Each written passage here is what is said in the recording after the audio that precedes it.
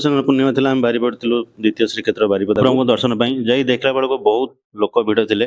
ତ ଏଇଠି ଆସ୍ତେ ଆସ୍ତେ ଲୋକ ବି ବଢ଼ିବାରେ ଲାଗିଛନ୍ତି। ଦେଖନ୍ତୁ କେତେ ଗହଳି ହେଇଗଲାଣି ମନ୍ଦିର। ବହୁତ ଗହଳି ଥିଲା, ଲାଇନ୍ର ବ୍ୟବସ୍ଥା ଥିଲା, ଲାଇନ୍ରେ ଆମେ ଛିଡ଼ା ହେଇଥିଲୁ। ଦୁଇଟା ଲାଇନ୍ ଚାଲିଛି। ତ ଏଇଠି ଭାଇ ଆମର ବିକୁଛନ୍ତି ପଦ୍ମ ଫୁଲ।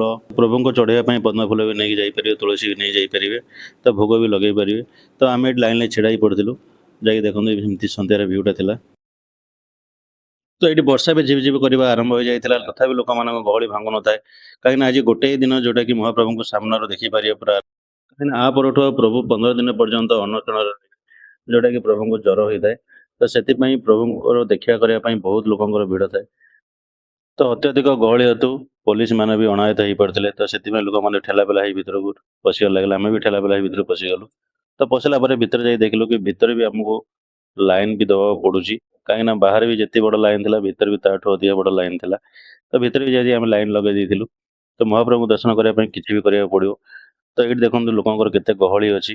ବର୍ଷା ବି ଆରମ୍ଭ ହେଇଯାଇଛି, ଝିପଝିପ୍ ବି ହେଉଛି ବର୍ଷା, ତଥାପି ଲୋକମାନେ ଚାଲିଛନ୍ତି ଦେଖନ୍ତୁ। ତ ଏଇଠି ଆରି ଭିତରେ ଯାଇକି ଆମେ ପହଞ୍ଚିଗଲୁ ପ୍ରଭୁଙ୍କ ପାଖାପାଖି। 2 ଘଣ୍ଟାର ଠେଲାପେଲା ପରେ ଆମେ ଯାଇକି ପହଞ୍ଚି ଯାଇଥିଲୁ ପ୍ରଭୁଙ୍କ ନିକଟରେ। ତ ବହୁତ ଖୁସି ଲାଗୁଥିଲା କି ପ୍ରଭୁଙ୍କ ନିକଟରୁ ଦେଖିକି ମାନେ ମନ ପୁରା ଖୁସି ହେଇଯାଉଥିଲା। ପୁରା ଭକ୍ତିମୟ ପରିବେଶ ଥିଲା। ତ ଏଇଠି ପ୍ରଭୁଙ୍କର ଦର୍ଶନ କରି ଆମେ ବାହାରି ପଡ଼ିଲୁ ଆଗକୁ। କମ୍ ସମୟ ହିଁ ଆମେ ଦେଖିବାକୁ ମିଳିଲା।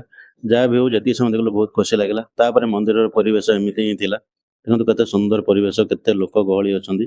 ତ ଆଜିର ବ୍ଲଗ୍ଟି କେମିତି ଲାଗିଲା କମେଣ୍ଟ କରିବେ, ଆଉ କମେଣ୍ଟରେ ଜୟ ଜଗନ୍ନାଥ ଲେଖିଦେବେ। ରହିଲୁ, ଜୟ ଜଗନ୍ନାଥ।